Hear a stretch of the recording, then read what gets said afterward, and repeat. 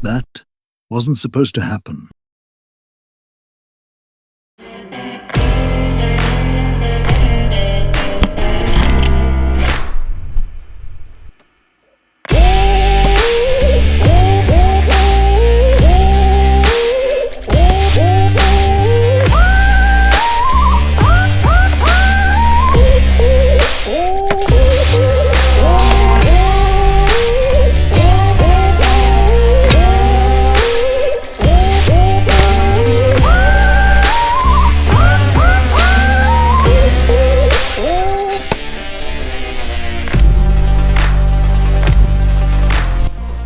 You're not going to go from a novice to an assassin overnight. Whether you're training for combat, self-defense, or just want to tap into that inner warrior spirit, this is going to be well worth your time. Let's get into it. All right, let's start with the basic single rotation throw. There's 4 things you're going to remember: your leg position, your arm position, the release of the weapon, and where your target is. Those are the 4 basic things that you're going to need, so let's get into it. Starting with the leg position, you can either stand parallel. You can stand with the opposite leg that you'll be throwing with. So if you're throwing with your right hand, that would be your left leg forward. Or you can step that foot forward as you throw. So that'd be a forward step with your left leg if you're throwing right-handed, a forward step with your right leg if you're throwing left-handed. I recommend starting with a step. That seems to work for a lot of people. You're going to want to take that step right before you throw. So what it's going to look like is you're going to take that step, like say I'm throwing with my right hand, so I'm going to have my left leg back. I'm going to take that step, and as soon as my foot lands, that is when I begin my throw. I don't let go as soon as my foot lands, because that could throw me off balance and send the weapon the wrong direction or put a spin on it that I don't want.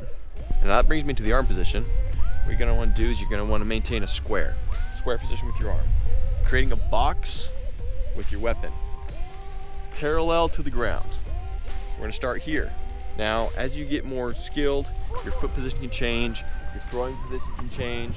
You can bring it further back, you can bring it sideways. But that's as you get the basics down. As we start, we want to start very robotic, structured, and smooth. Let's give those a few runs here. Throwing with my right hand, throwing with my left leg back, creating a box, weapon parallel to the ground. I take that step as I release. Now, when you release the weapon, you're going to want to release your arm completely straight out in front of you, pointing at the target. Now, that will change as you begin throwing for distance, but we're training for the single rotation right now. So you're going to point straight at the target. Now, follow through with that throw. When you let go of the weapon, don't let your arm drop, don't bring it back, don't let it do whatever it's want. Continue to point at the target. And that brings me into the target. The target should be your main focus. You should be staring at the bullseye, usually is where everyone's trying to aim, as you work your feet. So I'm staring at it, my focus is there. My focus does not come away. I get my arm square and my eyes never leave it.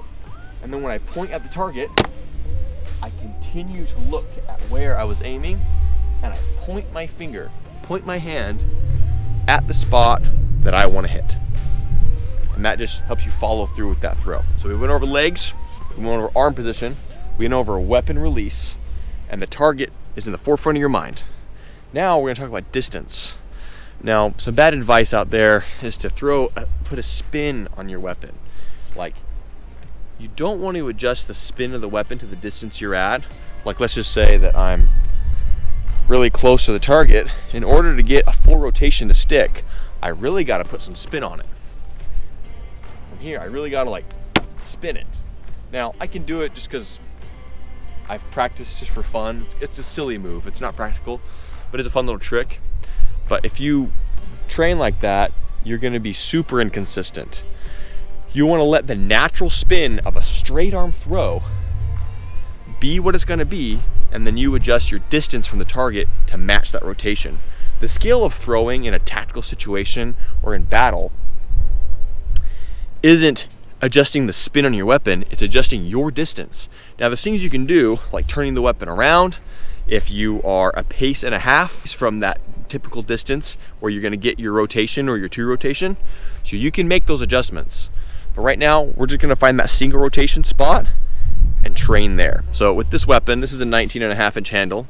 So with this size of weapon and my arm length, that's about 5 normal paces for me. So what I'm gonna do is I'm gonna pace it off back to the target. 1, 2, 3, 4, 5.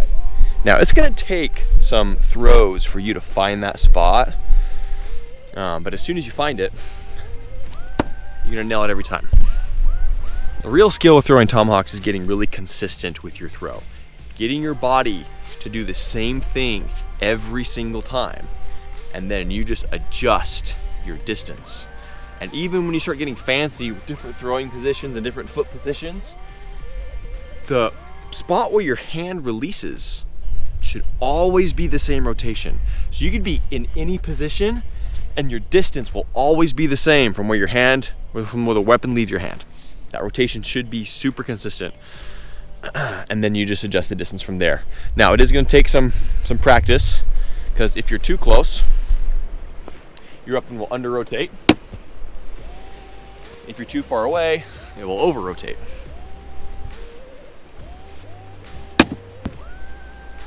I don't know if you saw there, maybe we can slow it down. But what happens is, an under rotation, the tomahawk didn't get its full spin to hit the target. So it's underspun. So what happens is it hits handle heavy. It'll hit between here, kind of more of the handle. And when it over rotates, the position where it would have stuck, it overshoots that and hits either head heavy, usually like this, or the handle coming like this.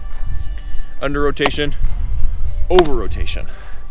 And so pay attention when you're throwing is, how is that landing?